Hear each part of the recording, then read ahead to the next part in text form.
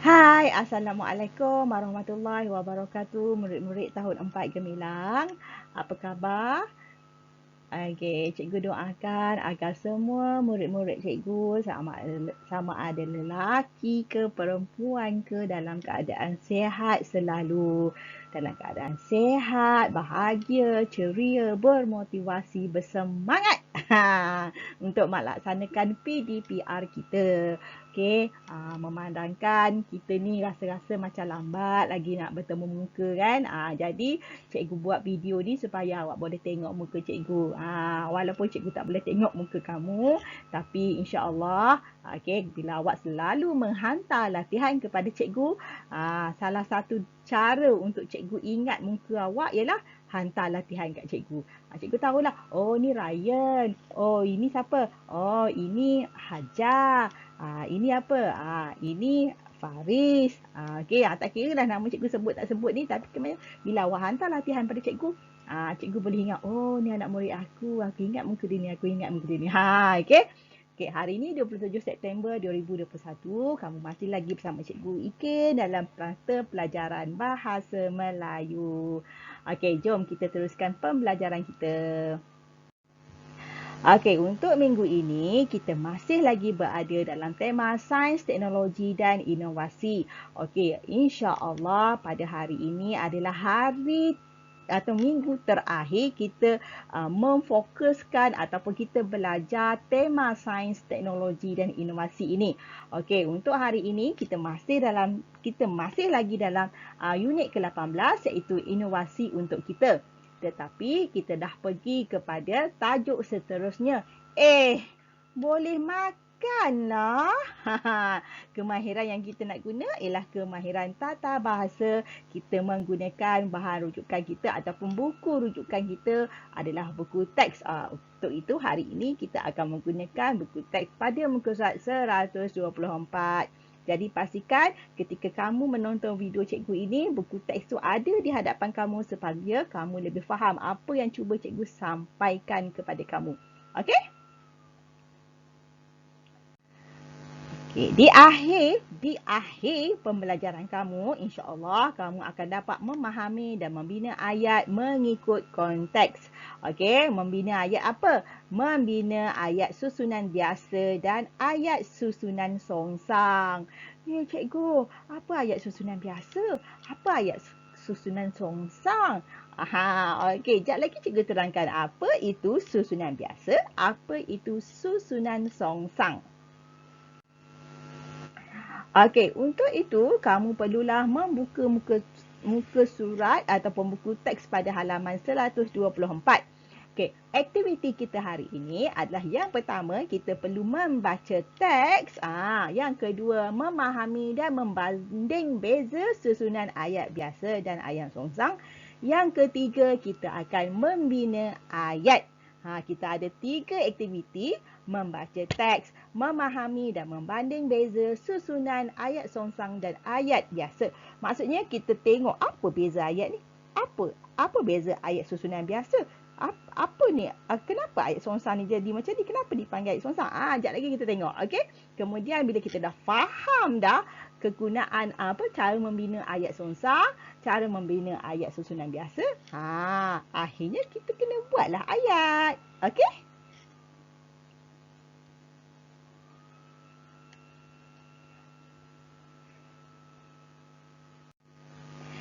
Okey.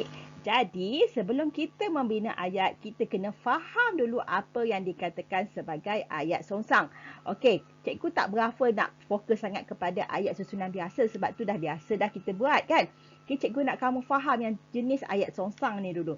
Okey, ayat songsang ialah ayat di mana susunan ayat dan yang predikatnya telah dikedepannya iaitu mendahului subjek. Okey, ingat. Kalau ayat biasa, ayat susunan biasa, subjek mesti ada kat depan, predikat kat belakang. Betul tak? Ingat lagi tak? Cikgu dah selalu sebut dalam kelas ni. Kalau tak sebut dalam kelas pun, cikgu dah selalu sebut dalam video. Banyak kali dah cikgu sebut pasal subjek dan pasal predikat. Itu pun kalau awak tengok video cikgu kan. Kalau awak tengok video cikgu, awak tahulah. Okey, cikgu selalu sebut subjek, predikat, subjek. Kalau dalam ayat susunan biasa, subjek dia duduk di hadapan. Manakala predikat dia akan duduk di belakang ayat. Tetapi kalau ayat songsang dia terbalik. Subjek duduk dekat belakang, predikat duduk di depan. Ayat tu jadi terbalik. Kemudian sebab tu dia panggil songsang, terbalik macam kalau orang baby lahir. Ni contohnya kalau baby lahir. Baby biasa kalau dia lahir, dia akan keluar kepala dulu, bahu, pinggang, lutut, kaki. Kepala dulu keluar. Tapi kalau bayi songsang, dia akan keluar kaki dulu daripada perut mak dia. Tu dia panggil songsang. Dia terbalik. Jadi ayat pun sama. Ayat tu ayat songsang, dia akan terbalik, predikat di depan, subjek di belakang. Okey, tujuan membawa bahagian predikat ke hadapan ayat adalah untuk memberi penegasan. Okey. Dia nak menegaskan predikat tersebut. Dalam bahasa Melayu, ada dua proses mendepankan subjek dalam ayat songsang. Yang pertama, mendepankan semua predikat. Yang kedua, mendepankan sebahagian daripada predikat. Maksudnya sekarang ialah predikat tu kan dia duduk kat belakang ayat.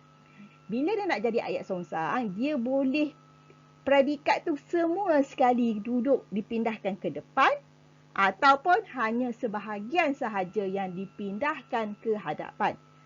Okey? Contoh. Cikgu bagi contoh pendepanan seluruh predikat. Macam mana ayat tersebut yang dikatakan sebagai semua predikat tu dipindahkan ke hadapan. Okey, tengok contoh dia. Dalam susunan biasa, ayat itu akan berbunyi, pelajar itu sangat rajin. Pelajar itu sangat rajin. Itu susunan biasa, ayat yang biasa kita buat. Tetapi apabila ayat tersebut menjadi songsang, perkataan predikat iaitu sangat rajin akan berada di hadapan. Jadi ayat tersebut akan menjadi ayat songsang yang berbunyi, sangat rajin pelajar itu. Okey, boleh ya? Okey, kita tengok pula ayat ke berapa ni? Kita tak bincanglah semua ayat kan, nanti ambil masa lama pula. Okey, kita tengok ayat yang keempat. 1, 2, 3, 4. Okey. Razak sungguh bernasib baik. Dalam susunan biasa, Razak sungguh bernasib baik. Razak adalah subjek. Okey, Razak adalah subjek. Sungguh bernasib baik adalah predikat. Jadi, sungguh bernasib baik ini akan dipindahkan. Okey. Ianya predikat kan? Okey, ia dipindahkan ke hadapan subjek. Maka ayat tersebut berbunyi, sungguh bernasib baik Razak. Okey. Razak mana ni? Razak mana ni? Okey. Baik. Jom kita bincang dululah. Kita bincang dulu ya. Okey, tandakan palang.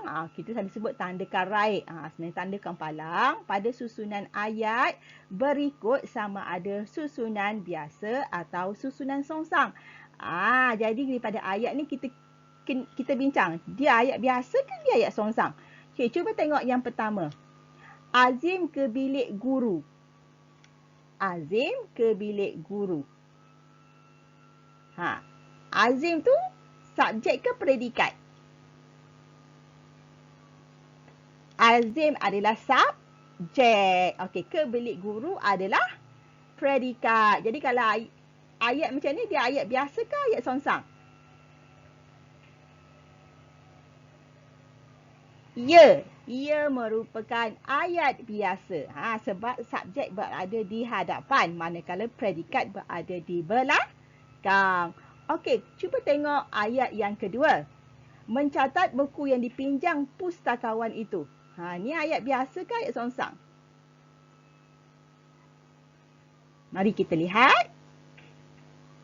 Ayat songsang. Okey. Ayat yang ketiga. Sangat cantik beg Atikah. Ayat biasa atau ayat susunan songsang?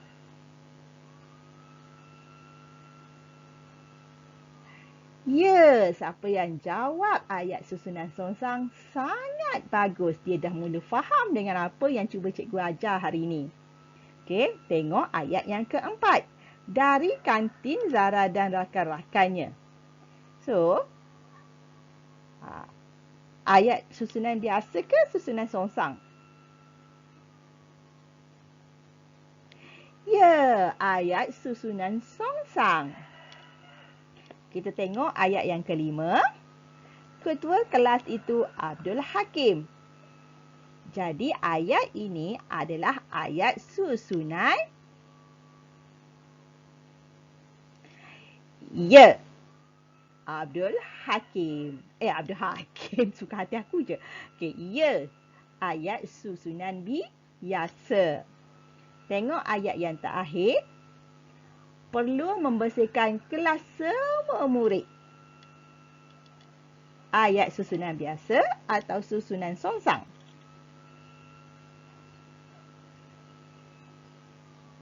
Ya, terlindung dengan muka cikgu. Okey, ia adalah ayat susunan songsang.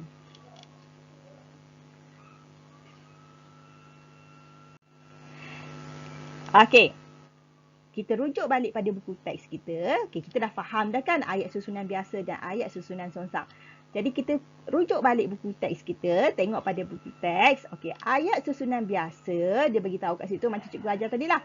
Puan Zarah pembuat pelbagai jenis kuih. Okey, jadi Puan Zarah itu adalah subjek manakala predikatnya adalah pembuat pelbagai jenis kuih. Okey.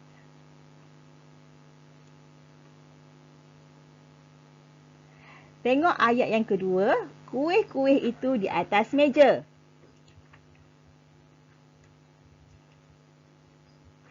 Okey. Kamu faham tak cikgu sentuh kat mana ni? Tengok buku teks awak tu, nanti awak fahamlah. Nampak tak ni? Okey. Ni. Gambar ni, cikgu tengah bincang ni. Ayat susunan biasa Puan Zarah kan. Jadi, ayat songsang dia pembuat pelbagai jenis kuih Puan Zarah. Okey, ayat yang kedua ni, ayat kedua bawah ni. Okey, kuih mumih itu di atas meja. Kuih muih itu di atas meja. Itu ayat susunan biasa. Tapi bila dia nak jadi songsang, dia jadi apa? Macam mana bunyi ayat tu bila disongsangkan? Kuih muih tu kena duduk kat belakang kan? Jadi macam mana ayat tu? Ya, siapa sama dengan cikgu? Bagus. Di atas meja kuih muih itu. Okey, memanglah bunyi dia pelik sebab tu dia bunyi dia ayat songsang. Okey? Pelik dia bunyi cikgu. Memanglah ayat songsang. Dia pelik lah. Okey? Kalau rasa tak nak pelik jangan buat ayat songsang, buat ayat susunan biasa. Okey. Di atas meja kuih muih itu. Gambar yang ketiga, ayat yang ketiga ialah kuih muih dibungkus dengan pembungkus istimewa. Kuih muih dibungkus dengan pembungkus istimewa. So, kalau kita nak songsangkan, ayat ni jadi macam mana? Bagus. Dibungkus dengan pembungkus istimewa. Kuih muih. Perkataan kuih tu terlindung dengan muka cikgu. Okey? Baik, kita pergi kepada ayat yang keempat. Pembungkus istimewa boleh dimakan. Pembungkus istimewa boleh dimakan. Jadi kita nak songsangkan dia bunyi macam mana ayat ni? Boleh dimakan pembungkus istimewa. Okey. Cikgu ingat lagi masa cikgu kecil-kecil kan. Tak tahulah lagi awak pernah makan ke tak. Masa cikgu kecil-kecil ada satu coklat ni kan. Cikgu panggil dia coklat udang ataupun gula-gula udang. Sebab apa? Pada gambar pada pembungkus coklat tu ada gambar udang. Jadi panggil dia gula-gula ataupun coklat udang. Gula-gula ni dia ada, kalau keluarkan dia daripada plastik pembalut dia kan, dia ada satu lagi lapisan plastik. Nipis je plastik tu. Plastik tu kalau kalau sebelum kita makan gula-gula, kita boleh makan plastik tu dulu atau kita makan sekali. Itulah uniknya gula-gula itu berbanding gula-gula lain. Jadi sebab tu masa cikgu kecil-kecil, Cikgu suka sangat beli gula-gula tu sebab cikgu rasa macam pelik sangat rasa dia sebab ada plastik yang boleh dimakan. Cikgu tahulah awak pernah makan ke tak gula-gula tu. Ada lagi ke tak gula-gula tu kat sekarang ni? Cikgu pun tak tahu kan. Okey, nombor 5, pembungkus tersebut akan cair dalam mulut. Okey. Okey, pembungkus tersebut akan cair dalam mulut. Jadi bila disongsangkan dia akan cair di dalam mulut pembungkus itu. Okey, kemudian ayat ke-6, inovasi pembungkus ini sungguh hebat. Okey, apabila dia disongsangkan dia akan menjadi sungguh hebat inovasi pembungkus ini. Okey, faham tak? Tak ada masalah. Kalau rasa tak faham, tengok buku teks. Okey, baca balik buku teks. Kalau masih lagi tak faham pun tak ada masalah. Ulang balik video cikgu ni. Okey, ulang banyak kali pun tak ada masalah. Bukannya bila awak ulang tu awak kena bayar kat cikgu. Okey, cuma data awak lah kan. Tapi cikgu rasa kalau bab pembelajaran keluar sikitlah modal. Okey, macam tu je lah. Nak cakap lebih-lebih pun keupayaan, kemampuan setiap daripada kita berbeza-beza kan. Tetapi satu je lah. Cikgu ada peribahasa Melayu kata nak si budaya, tak nak seribu dalih. Kalau kita nak satu benda tu kita akan buat macam-macam benda, macam-macam perkara supaya kita dapat. Tapi kalau kita tak nak benda tu, macam-macam alasan kita akan sediakan untuk mengelakkan kita daripada buat. Okey, nak si budaya, tak nak seribu dalih. Itulah orang Melayu kita lama-lama dulu sangat-sangat pandai bijak dalam menyusun kata. Okey. Kita tengok kepada latihan yang kedua dalam buku teks tu, okey, yang belah bawah ni, yang kotak jingga ni. Okey. Dalam perenggan itu, dia bagi pula perenggan yang mana ayat-ayatnya adalah ayat songsang. Jadi tugas kita adalah untuk memastikan okey, perenggan tersebut terbentuk daripada ayat susunan biasa. Okey. Kita tengok ya, kotak tu sangat mahir membuat kek Puan Zurah. Dengan foto Zara, kek sangat cantik. Dicetak di atas filem nipis foto Zara. Daripada rumpai laut, filem nipis itu boleh dimakan semua hiasan pada kek. Sebenarnya ayat ni betul je, tapi dia songsang. Jadi sebab tu bila awak baca, awak rasa macam pelik. Okey. Jom kita jadikan ayat susunan songsang ini kepada ayat susunan biasa. Kita tengok ayatnya pertama. Sangat mahir membuat kek Puan Zarah. Jadi apabila dia disusunkan secara biasa, dia akan berbunyi Puan Zarah sangat mahir membuat kek. Okey. Kan? Jadi kita tengok ayat kedua. Dengan foto Zarah, kek sangat cantik. Jadi macam mana nak jadikan ayat songsang ni sebagai ayat susunan biasa? Pastikan predikatnya berada di belakang dan subjeknya berada di depan. Dah keluar dah jawapan. Pandai je kan? Okey, jadi bila disusun balik semula, dia akan berbunyi kek sangat cantik dengan foto Zara. Foto Zara dicetak di atas filem nipis. Okey. Kemudian filem nipis itu daripada rumpai laut. Semua hiasan pada kek boleh dimakan. Okey, dah Cikgu laju sikit lah sebab dah dekat 20 minit dah video ni. Okey, jadi latihan pengukuhan kamu ialah, arahannya adalah nyatakan sama ada ayat susunan biasa atau ayat susunan songsang. Okey, jadi dia nak suruh awak tengok ayat cikgu ni. Tengok, dengar betul-betul. Jangan buat benda lain, dengar. Okey, latihan pengukuhan. Arahan dia nyatakan sama ada ayat yang ada di bawah ini adalah ayat susunan biasa atau ayat susunan songsang. Okey, tengok ya. Ayat pertama, masih di kantin sekolah dia. Ayat kedua, agak kuat jeritan anak kecil itu. Ayat ketiga, kena pukul budak nakal itu. Ayat keempat, pengurus syarikat itu Abang Ipah Salim. Ayat kelima, petani itu akan menanam tebu di ladangnya. Okey. Ayat ke-6, belum tiba lagi rombongan pengantin laki-laki. Ayat ke-7, Ravi menghadiahkan sebuah buku kepada kawannya. Ayat ke-8, layang-layang itu tersangkut pada dahan pokok. ayat ke-9. Okey, di pejabat pos Encik lambat kerana kanan. Bukan kerana. Kerani. Silap. Kerani kanan. Cikgu salah heja kat situ. Di pejabat pos Encik lambat kerani kanan. Nombor 10. Untuk Dewan Makan Kerusi ini. Jadi, awak ada 10 ayat yang awak kena nyatakan ayat ini, yang mana satu ayat songsang, yang mana satu ayat susunan biasa. Okey, macam mana nak buat? Macam ni. Okey, jadi gunalah buku. Jadi cikgu terangkan buku mana ya. Okey, tapi sebelum tu tengok dulu ni. Tulis arahan. Arahan tu mesti ada. Nyatakan sama ada ayat susunan biasa atau ayat susunan songsang. Ayat songsang. Awak perlu buat kotak macam ni. Okey, ada 2 kotak kanan dan kiri. Lepas tu, okey, jadi kotak yang pertama ayat susunan biasa. Kotak yang kedua ayat susunan songsang atau ayat songsang. Jadi daripada 10 ayat yang telah cikgu bacakan tadi, awak perlu masukkan ayat tersebut dalam kotak-kotak ini. Sama ada dia berada di ayat susunan biasa ataupun ayat songsang. Ada 5 ke 4 ke, setiap kotak terpulang pada kamu, tak ada masalah. Yang penting masuk dalam kotak yang tepat. Okey, buat macam ni. Buat kotak guna pembaris ya, cik kakak, abang-abang. Okey, tolong buat dengan pembaris. Okey.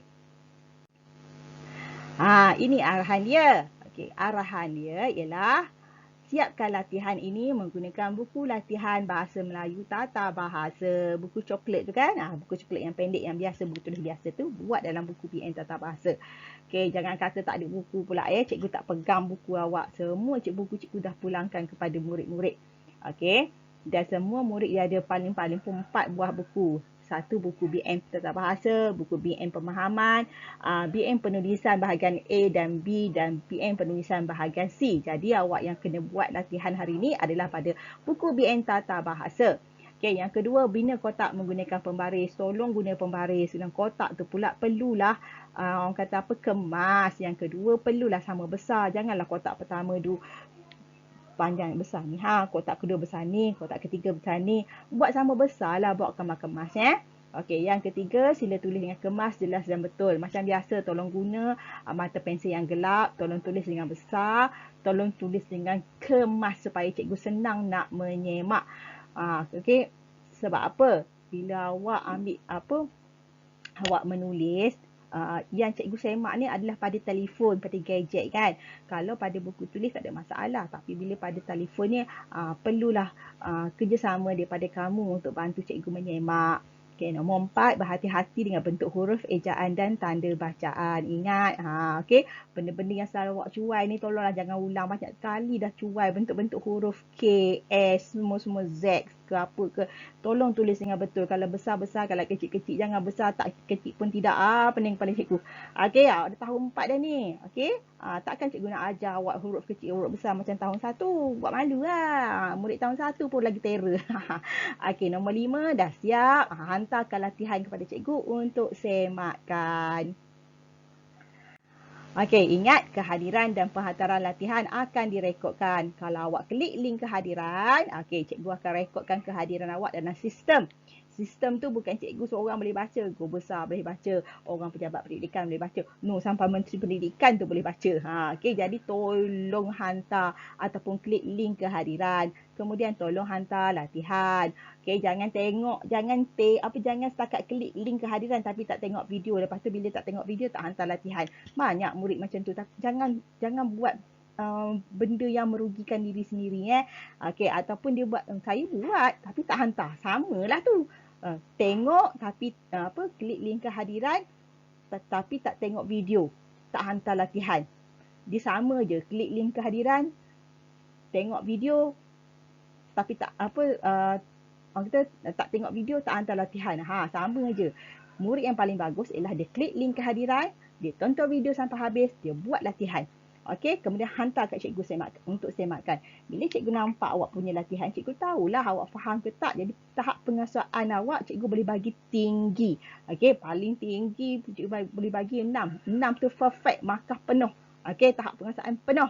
Siapa yang hantar paling sikit pun cikgu boleh bagi dia 4. Yang tak hantar langsung latihan tu, minta maaf lah ya, cikgu cakap awal-awal. Minta maaf. 4 pun cikgu nak kena fikir banyak kali nak bagi ke tak, nak layak ke tidak, sebab cikgu tak tahu awak boleh ke tak buat, awak faham ke tak buat apa yang cikgu ajar selama ni. Okey, kemudian ya Allah ya Tuhanku, jadikanlah anak-anak murid aku yang rajin, yang sering menghadiri kelas aku, yang sering menghantar latihan, yang cakna dengan latihan-latihan dan tanggungjawab dia terhadap pembelajaran aku ini, menjadi seorang murid yang berguna kepada bangsa, agama, keluarga dan negara. Amin ya rabbal alamin. Jumpa lagi insya-Allah pada minggu depan. Bye.